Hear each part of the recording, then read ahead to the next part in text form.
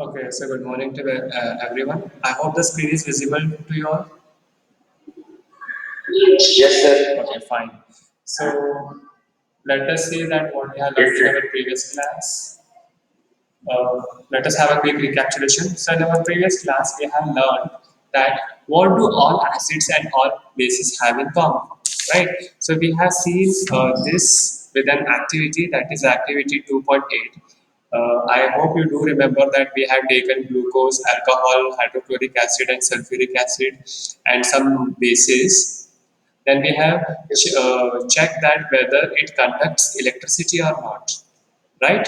So we saw that acids as well as the bases they conduct the electricity, whereas the other solutions like glucose, alcohol, okay, they won't conduct the electricity. So this thing we have learned in our previous class with the help of an activity. Then, what happens to an acid or a base in water solution? We have seen that when acid, that is concentrated acid and concentrated base, when they are treated with a water solution, okay, at that time what happens? It gets diluted. Okay, the concentration level it goes on decreasing, it becomes diluted. Okay, so that we have seen, and we have seen that. How to use the chemicals, that especially the concentrated acid and base, okay, they should be handled carefully. Okay, so these all things we have learned in our previous class. So in today's class we are going to see the next part, that is how strong are acid or a base solution. Okay, we have learned about the dilution and the concentrated of acid and bases. Then we have learned the conduction of electricity by the acid and bases. Now we are going to see that how strong are these acids or the bases solution. Acid base indicators can be used to distinguish between an acid and a base. See, in our previous class, we have learned how to differentiate acid and the base. Okay, we were having the litmus paper, that is blue litmus paper and red litmus paper. If blue litmus changes to red, it means acid is present. If red litmus changes to blue, it means base is present. So we know the acid base indicators to differentiate. Even we have seen this onion example, then vanilla essence, then clove oil, right? Then turmeric, then hibiscus. Okay, these are the natural indicators. Then we have seen other indicators, that is synthetic, in that phenolphthalein, methylene blue, etc. So these are the indicators which is used to find out which one is acid and which one is base. We have also seen in the previous section about dilution and decrease in concentration of H plus or OH minus ions in the solution. So in our previous class, we have learned about this also, that if the concentration of an acid or a base, if it is decreased, okay, it becomes diluted. Okay, it becomes diluted. That is H plus ion and OH minus ion will get less in number. Then, can we quantitatively find the amount of these ions present in a solution? Okay. Now, can you tell us that is how much ion is present in the solution? For example, if I give you a sample of hydrochloric acid, okay, or any other sample, okay, I will give you one sample, and you have to find out the amount of ions, that is how much ions it is present, okay, that we have to find out. Okay, then can we judge how strong a given acid or base is? If I give you a particular acid or a base and I ask you to find out how strong it is, okay, so how can we judge it? So we can do this by making use of universal indicator, which is a mixture of several indicators. The universal indicator shows different colors at different concentrations of hydrogen ions in a solution. To find out the quantitatively the amount of ions, and to judge that how strong acid is and how strong base is. To find the answer of this, we are having a universal indicator. So this universal indicator, it is having various colors. that is different colors are there, which tells us that how much strong is the acid or how much strong is the base based on the color, okay, and based on the concentration of hydrogen ions. Okay, so here we are having a picture. Okay, so in page number 25, we can find there is a variation of pH with the change in concentration of H plus and OH minus ions. So in this, we can see that we are having uh, a range that is from 0 to 14. In between, we are having 7, that is the neutral. Okay, so in this, what happens at from 0 to 7? Okay, 0 to 7, we are having the range of acid. Okay, 0 to less than 7, it is acid. More than 7 to 14, it is base. Okay, and the 7 is neutral one. A scale for measuring hydrogen ion concentration in a solution called pH scale has been developed. The P in pH stands for potence in German, meaning power. Now see, this is the pH scale which was discovered to measure the hydrogen ion concentration in a solution. Okay, so this is a scale which we are using to find out the hydrogen ion concentration in the given solution. The P in the pH, okay, we say pH scale. The P in the pH stands for potence. This word potence, it is derived from the German language, okay, which means power. Hence, pH means power of hydrogen. Okay, pH means power of hydrogen. Okay, so pH scale means power of hydrogen scale. On the pH scale, we can measure pH from 0, which is very acidic, to 14, which is very alkaline. Okay, so if it is having a range from 0 to 14. Okay, it is having a range from 0 to 14. If it is 0, it is very acidic. If it is 14, it is very basic. Okay, that is concentrated acid, concentrated base. So here you can see it is a picture of universal indicator. Okay, so this kind of paper we are having. Okay, and here we are having some values. Okay, so if you take a sample and when you put a drop of sample on this paper, it will give you a particular color. So based on that color, you will identify the pH value of that sample. Okay, so you will identify the pH value of sample and you will come to know whether it is acid or base or neutral. If it is acid, how much acidic it is. If it is base, then how much basic it is. That we can understand based on the color. Okay. pH should be thought of simply as a number which indicates the acidic or basic nature of solution. Okay, so what it is pH? It gives us the acidic or the basic nature of the solution. Higher the hydronium ion concentration, lower is the pH value. The pH of neutral solution is 7.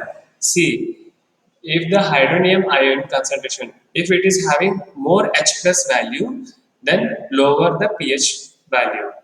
Okay, if it is having more H plus ion, okay, if it is having more H plus ion, then the pH value will be very less. Okay, it means if the pH value is 1 or 2, if the pH value is 1 or 2, okay, it means that it is having more hydronium ion, that is H plus ion is more, so it is very concentrated.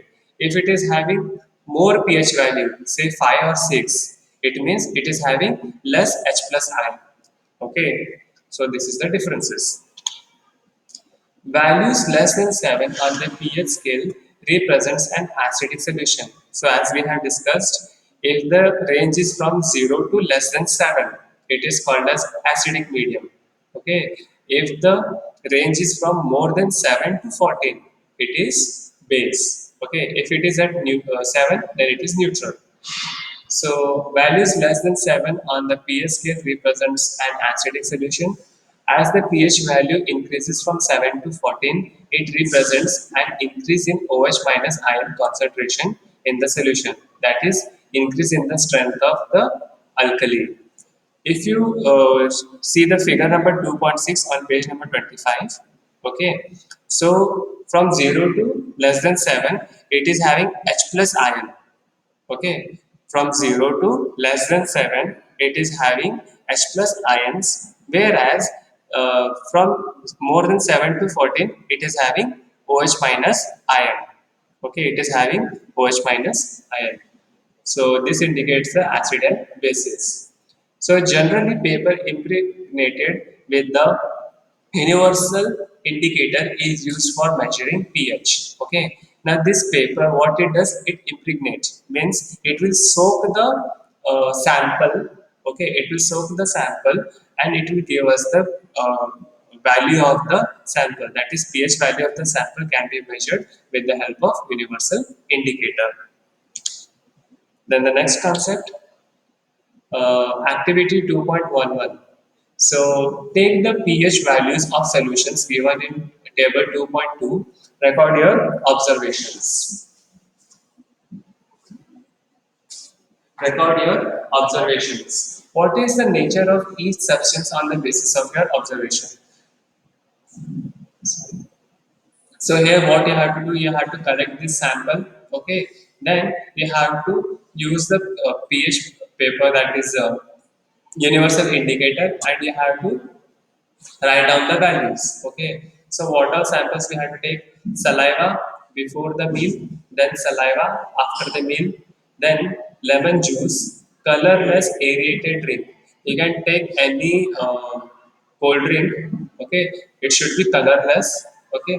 Then the carrot juice, then coffee, tomato juice, tap water, 1 m. 1 m means molarity. Okay, it means molarity. So molarity, it is the you can say the standard unit. Okay, it is the standard unit. Then 1 m of HCl. Okay, so we have to collect this sample, and this sample you have to find out the approximate pH value. Then based on that, you have to find it out the nature of the substance. Okay, so when we collect the sample and when we find it out, you will get the answer like this. So saliva, it will give us the light green color. Okay, light green. So its value is 7.4. Okay, which means it is slightly nearer to neutral or base.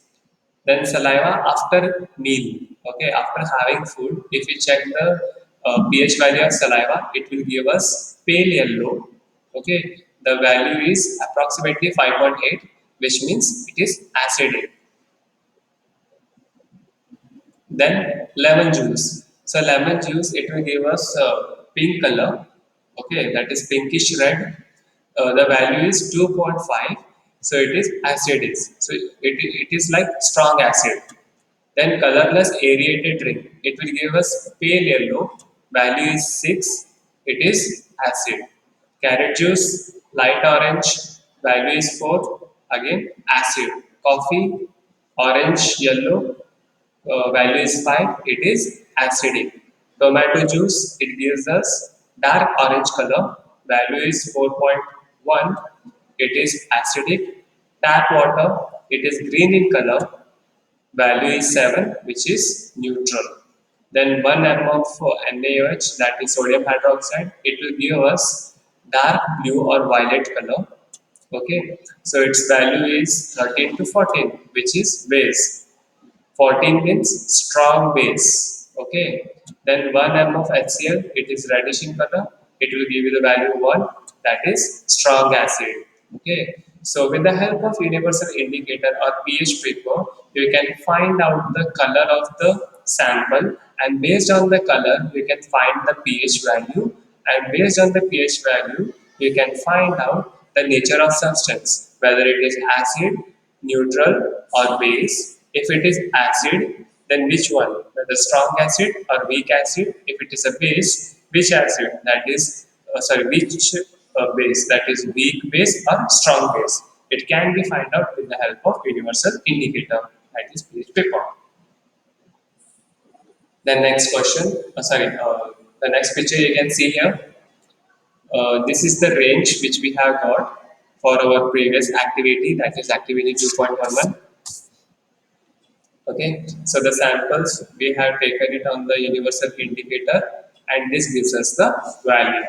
Okay, this is the value which we have obtained.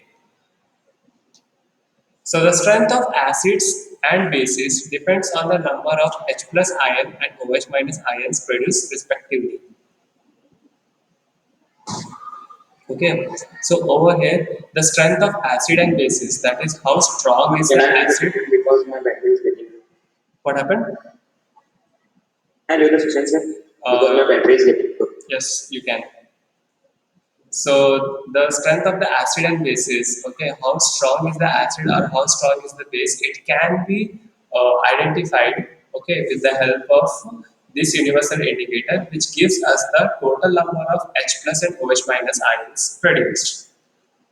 If we take hydrochloric acid and acetic acid of the same concentration, say 1 molar, then these produce different amounts of hydrogen ions. Okay. Now, if we take 1 molar of hydrochloric acid and 1 molar of acetic acid, okay, if we take 1 m of hydrochloric acid and 1 m of acetic acid, and when we check the strength of these acids, it will give different color. Okay, it will give different color. Why it will give different color? Because the hydrogen ions which is present in hydrochloric acid is different from the acetic acid. Okay, the number of hydrogen ions, it is not same in both the acid, hence we will get different colors. So hydrochloric acid, it is a strong acid. Acetic acid, it is a weak acid. Acids that give rise to more H plus ions are said to be strong acid, and acid which gives less H plus ion are said to be weak acids. Okay, the acid which is having more H plus ion, they are the strong acid. The acids which are having less H plus ions, these are called as weak acids. So can you say now what weak and strong bases are? So easily you can find the definition for the weak bases and the strong bases. Now the next thing, importance of pH in everyday life. So this pH, it is very important in our everyday life. Okay. So how they are important to us, let us find out. So are plants and animals pH sensitive? Uh, Including us, whether plants and animals, they are very pH sensitive. Means if we increase the concentration of acid or the base in the environment or to us, okay, then what will happen? Okay, so that we are going to see. So our body works within the pH range of 7.0 to 7.8. Okay, our body, it is having a particular pH range, that is from 7.0 to 7.8, which is in the range of neutral to basic. Okay, neutral to basic. So living organisms can survive only in a narrow range of the pH change. Okay, we can survive. Okay, or the other organisms, they can survive in a narrow pH range, that is nearby the neutral. So when pH of the rainwater is less than 5.6, it is called as acidic rain. Okay, so acid rain you have learned in your previous classes. So acid rain, it is having the oxides of sulfur and nitrogen. Okay, when the rain, it get mixes with the gases of oxides of sulfur and oxides of nitrogen, it will form the acidic rain. Okay, this acidic rain, it is having the value less than 5.6. Okay, if it is having value less than 5.6, it is called as acid rain. So when acid rain flows into the rivers, it lowers the pH value of river water. The survival of aquatic life in such river becomes difficult. Okay. Now here what happens when this acid rain occurs? This acid rain, it mixes with the rivers or any other water sources like ponds, well, etc. Okay, in that river, okay, if there is an aquatic life, that is the aquatic animals, okay, their life becomes difficult because of this acid rain. Next, what is the pH of the soil in your backyard? So you might be having a garden, okay? In the garden, there you are growing the plants. So these plants which is growing in your backyard, whether they are having a healthy growth, okay, means whether they are growing healthy, that you have to find out, because the growth of the plant, it depends on the pH value of the soil. Okay, if your pH value of the soil is in a particular range, say nearby 5.5 to 7, okay, then the plants will grow in a healthy manner. Plants require a specific pH range for their healthy growth. Okay, if there is a pH value of a specific range, then the plants will grow in a healthy manner.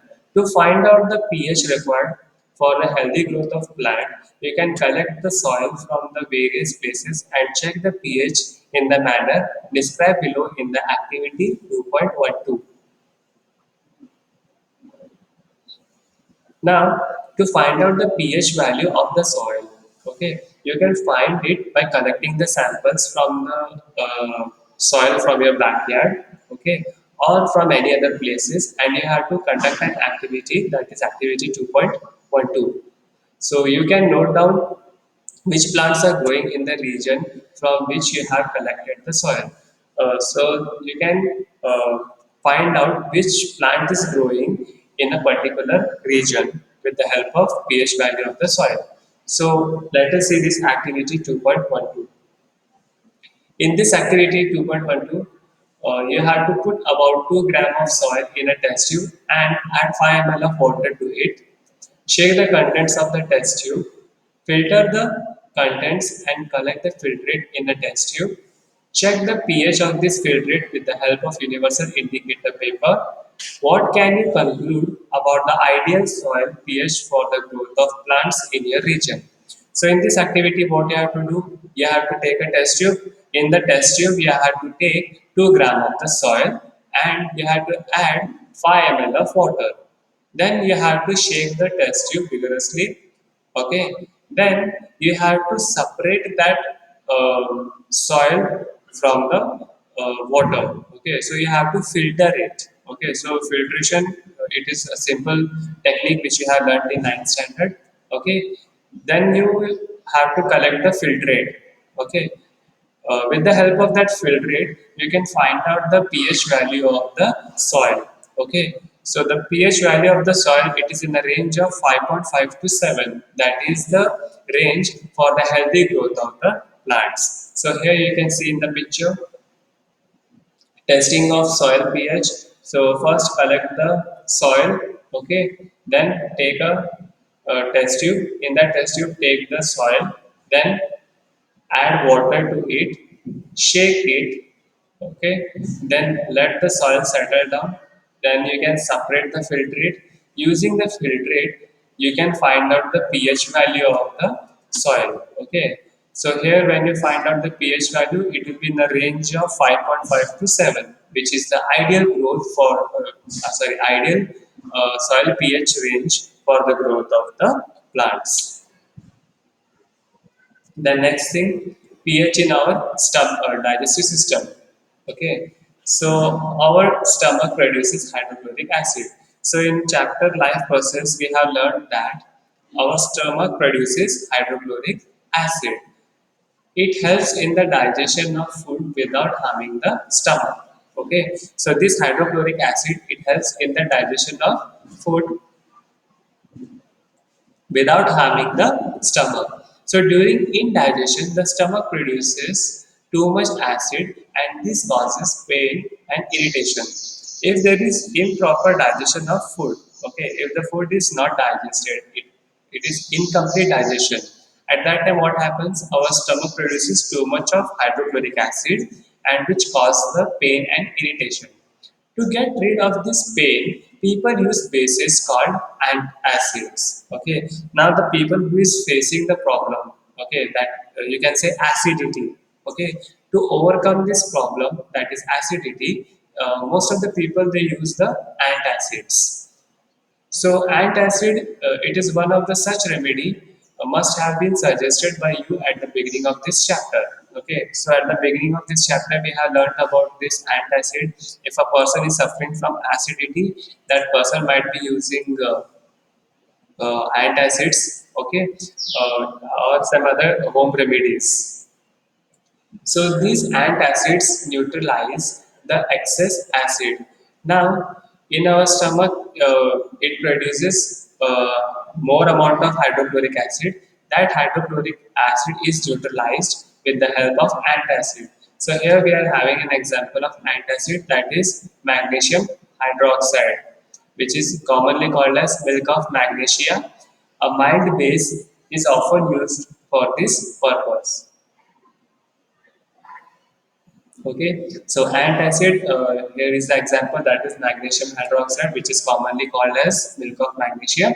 It is a base which is used to neutralize the acid which is present in our stomach. Then next is pH change as the cause of tooth decay. Now, you might have seen that most of the people, they are having the tooth cavity.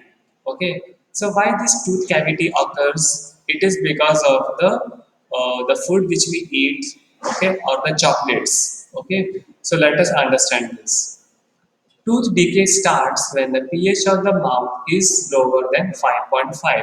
Okay, most of the people, they are having the cavity or the tooth decaying. Okay, and why it happens? It happens because if the person is having the pH value less than 5.5.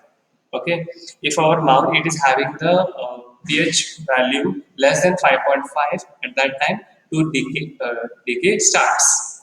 Tooth enamel, made up of calcium phosphate, is the hardest substance in the body. Now, tooth enamel made up of calcium phosphate. So our tooth, it is made up of what? Calcium phosphate, which is the hardest substance in the body. So this calcium phosphate, it is a crystalline form of calcium. Okay, that is calcium hydroxyapatite. It does not dissolve in water, but it is corroded with the pH in the mouth is below 5.5. This teeth, okay, they do not dissolve in the water, but it can be corroded if the pH value of the mouth is less than 5.5. If our mouth is acidic, at that time what happens? Tooth starts to decay. Bacteria present in the mouth produces acid by degradation of sugar and food particles remaining in the mouth after eating. So there are some bacteria which is present in our mouth. This will produce the acid. How they will produce the acid? Because of the remaining of the food which is present in between the teeth. Okay, so when you are having the food, there are some food particles which will be stuck in your teeth in between. Okay, so with the help of that, these bacteria, they produce the acid, and because of that, the tooth starts to decay. Now, how can we overcome this problem? The best way to prevent this is to clean the mouth after eating the food. So you might have seen that after having the food, we drink plenty of water. Okay, and some people they gargle, and some people after having the meal, they brush their teeth.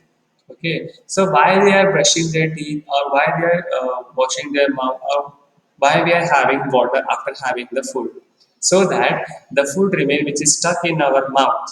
Okay, the food remainings in our teeth. Okay, it is passed to your stomach. Okay, so using toothpaste, which is generally a basic for cleaning the teeth, can neutralize the excess acid and prevent tooth decay. So early in the morning we have brush, and before going to bed we have brush. Okay. So why we are having brush? Because this toothpaste, they are basic, and our mouth it is having the acid. So this base and acid, they neutralize. This neutralize and they prevent the tooth decay. Now the next point, that is self-defense by animals and plants through chemical warfare. Now, there are some plants and animals which use these pH values of acid or base as a self-defense.